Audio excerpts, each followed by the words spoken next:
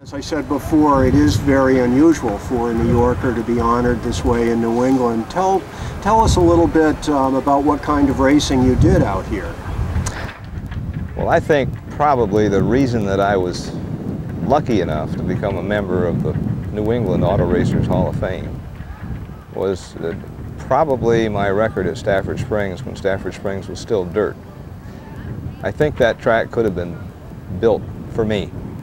I won the first race there that I ever ran in a strange car, and I think I won more than 50% of the races that I ran there in a 2-year period in which I was track champion both times. So yeah, I did race in other places in New England, here and there, but never steadily. So I think that I have to thank Stafford Springs for the opportunity to be here today talking to you. One of the things that, well, there are many things, Bill, that were so incredible about the era in which you excelled so much, because it was a tough time.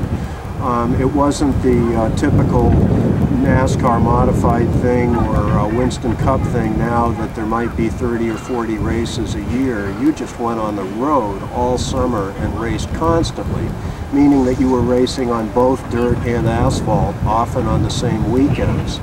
And that must have been incredibly trying. What was it like for you? Well, it was nice after we found some asphalt cars to run. It was not nice before that. When I ran, you know, I was born and brought up on dirt, you might say, in the racing business, and ran only dirt in the early years because that's all there was. And when asphalt came to New York State, we didn't try to build an asphalt car because we didn't recognize the need for it, and I tried to run asphalt with a dirt car, and quite unsuccessfully, unfortunately. Eventually we did get ourselves an asphalt car and became, I think, equally as successful on asphalt as we were on dirt. In 1967, which is the last year that I ran NASCAR, I won all 3 track championships that of the tracks that I ran that year, and 2 of them were asphalt and 1 was dirt. Fonda being the dirt, Albany, Saratoga, and Utica, Rome being the asphalt. So one or the other. I guess I never met a racetrack that I didn't like. Yeah. Well, that's interesting. So that at Malta on Friday nights and Utica on Sunday nights, you would have raced against virtually everybody who's in the New England Hall of Fame. Well, maybe not everybody, but many, many of those who are in the New England Hall of Fame. And I mean, I made some very good friends with the folks from New England, people I really enjoy.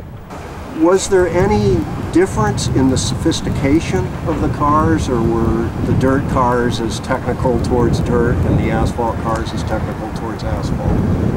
In those days, in the beginning of the time when Utica Rome Speedway and Albany Saratoga Speedway came into being as asphalt tracks, there was a good deal of difference between a dirt car and an asphalt car. And the boys from New England were always superior until the boys from New York began to build asphalt cars themselves, and then everything evened out the way it would normally even out between good drivers. You know, the New York boys won and the New England boys won, and there was a great deal of difference in the technology to begin with. Freddie Rosner came to Sherburne, New York, where my car was located. And of course, as you know, Freddie Rosner is in the Hall of Fame, if I'm not mistaken, because he was a great builder and a great mechanic. And he built us 2 cars. He built us a dirt car, and here we were dirt car people. And he built us an asphalt car, and they were very similar. There wasn't as much difference as one would have expected. And they both turned out excellently, excellently.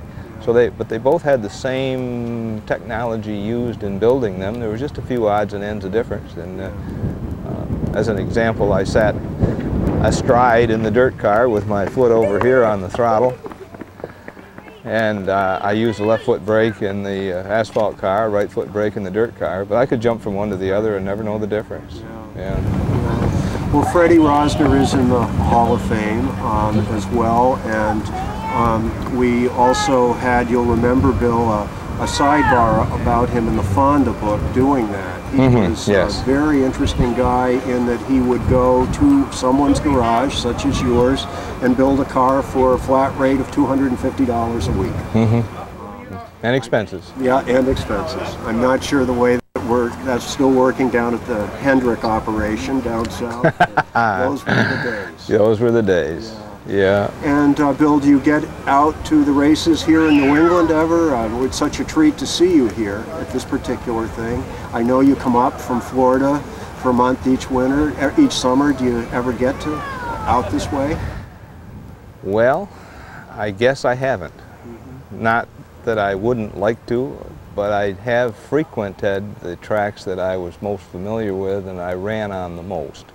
So if I'm here for 3 weeks, I don't get that many chances to move around, and I do tend to stay with the Fondas and the Albany Saratogas and the Utica Romes and Lebanon Valley. I did make a show at Lebanon Valley this year. So I got close to New England when I was at Lebanon Valley, but one time, when I get a little bit more time than I have now, we'll probably visit over in the New England also. Well, I know that you were here last night at New London Waterford, and we were terribly disappointed for Terry Eames that he had yet another rain out. You would really enjoy this SK Modified show, and I'll tell you, everybody sure would have enjoyed seeing you, Bill Wimble. Thanks for coming up. Thanks very much for having me. I've enjoyed being here today a great deal, just to see friends from those good old days.